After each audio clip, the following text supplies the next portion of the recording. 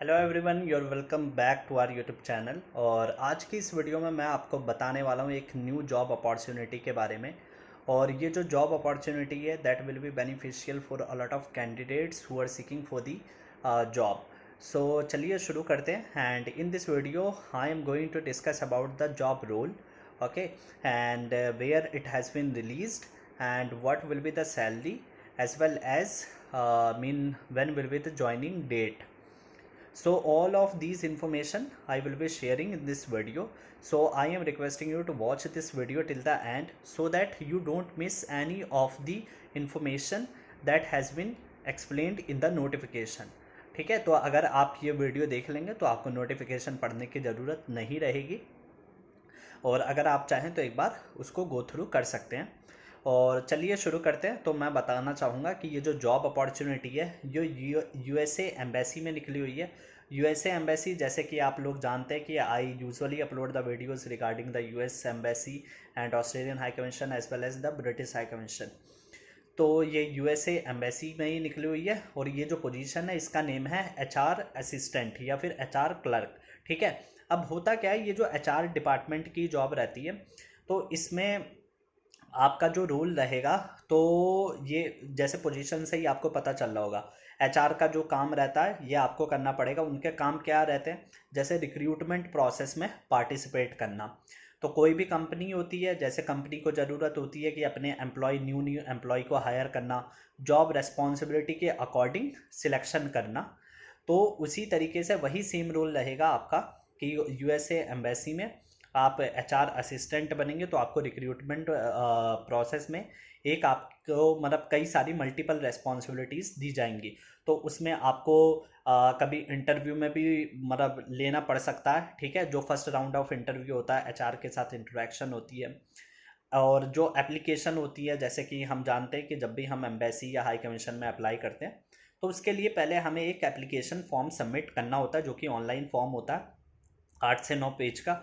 तो जो उसको रिव्यू करते हैं वो भी एचआर रिव्यू करते हैं, और वो फर्स्ट राउंड ऑफ सिलेक्शन होता है। तो उसके लिए आपको पार्टिसिपेट मतलब जो उसमें पार्टिसिपेशन होता है वो एचआर डिपार्टमेंट का ही होता है। तो उसी का एक आप हिस्सा बनेंगे उसमें।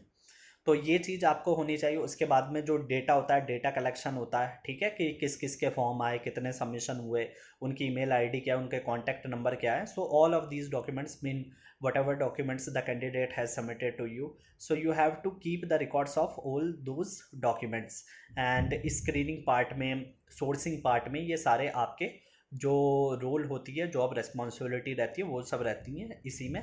बाकी नोटिफिकेशन का जो लिंक रहेगा वो मैं शेयर करूँगा, वो आप एक बार गो थ्रू भी कर सकते हैं एचआर के क्या काम होते हैं। अब ये तो मैंने आपको ब्रीफली बता दिया एचआर की जो रिस्पॉन्सिबिलिटीज़ होती हैं, रूल्स होते हैं। अब हम आते हैं, now we come to the education part. क्या एजुकेशन की रिक्वायरमेंट रही है और क्या मतलब एक्सपीरियंस कितना मांगा गया। I am also going to mention these points as well.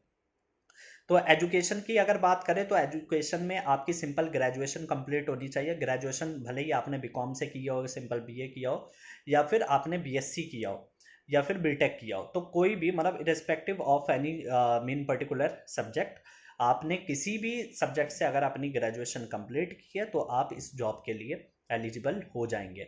And in addition to that, ठीक है, उसके अलावा क्या चीज़ होनी चाहिए जो इसका सप्लीमेंट है, जो मेंशन किया गया, वो ये होना चाहिए कि आपका 2 ईयर का एक्सपीरियंस होना चाहिए सेम एचआर लाइन में। ठीक है, एचआर लाइन में या फिर ऑफिस असिस्टेंट जो भी एडमिन लाइन में, अगर एडमिन लाइन में भी आपका एक्सपीरियंस है 2 ईयर का, या फिर एचआर लाइन में आपका 2 ईयर का एक्सपीरियंस है, then you can definitely apply for this post. तो ये अच्छी चीज़ है। अगर आपके पास एक्सपीरियंस नहीं भी है, दूसरे किसी चीज़ का एक्सपीरियंस आपको लगता है आप ये जॉब कर सकते हैं, तो आप फॉर्म को फिल कर सकते हैं। क्योंकि अगर कभी कभी ऐसा होता है जैसे आपने फॉर्म अच्छे तरीके से फिल किया तो वहाँ पर भी सिलेक्शन के चांसेस हो जाते हैं कि वो देखते हैं कि हाँ एप्लीकेशन को अच्छे से लिख पा रहे हैं, और उन्होंने आप में कुछ ऐसी एलिजिबिलिटी या फिर वो देख ली, स्किल देख ली, तो आपका भी सिलेक्शन वहाँ पर हो सकता है। लेकिन जो चीज़ नोटिफिकेशन में मेंशन की है वो मैंने आपको पॉइंट टू पॉइंट बता दिया। इंग्लिश कमांड आपकी अच्छी होनी चाहिए। ठीक है, क्योंकि आपको इंटरेक्शन करना पड़ेगा जो भी आप जॉब की हायरिंग कर रहे होंगे उनसे बातचीत के लिए। तो ये एलिजिबिलिटी है। बाकी जो इनकी सैलरी रहने वाली है, ठीक है, सैलरी जो रहेगी वो अप्रॉक्सीमेटली आपकी रहेगी 50,000 या फिर 60,000 ऐसे, ठीक है। ये पर मंथ मैं बता रहा हूँ आपको।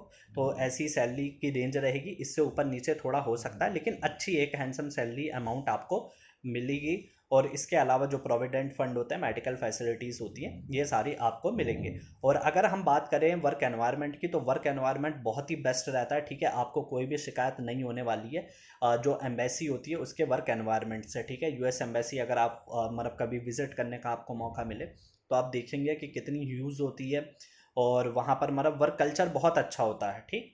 तो ये चीज़ है, ये सारी जो जॉब के मतलब जो मुझे इन्फॉर्मेशन थी इस जॉब के रिगार्डिंग, तो ये मैंने आपके साथ शेयर कर दिया। अगर इसके अलावा कोई आपका डाउट रहे तो आप मुझे कमेंट बॉक्स में कमेंट कर सकते हैं, या फिर मेरी इंस्टाग्राम आईडी है नौकरी विद हर्ष के नाम से, तो वो अगर आप इंस्टाग्राम सर्च करेंगे वहाँ पर आप मेरे को पर्सनली मैसेज कर सकते हैं regarding any of the doubt relating to this job profile.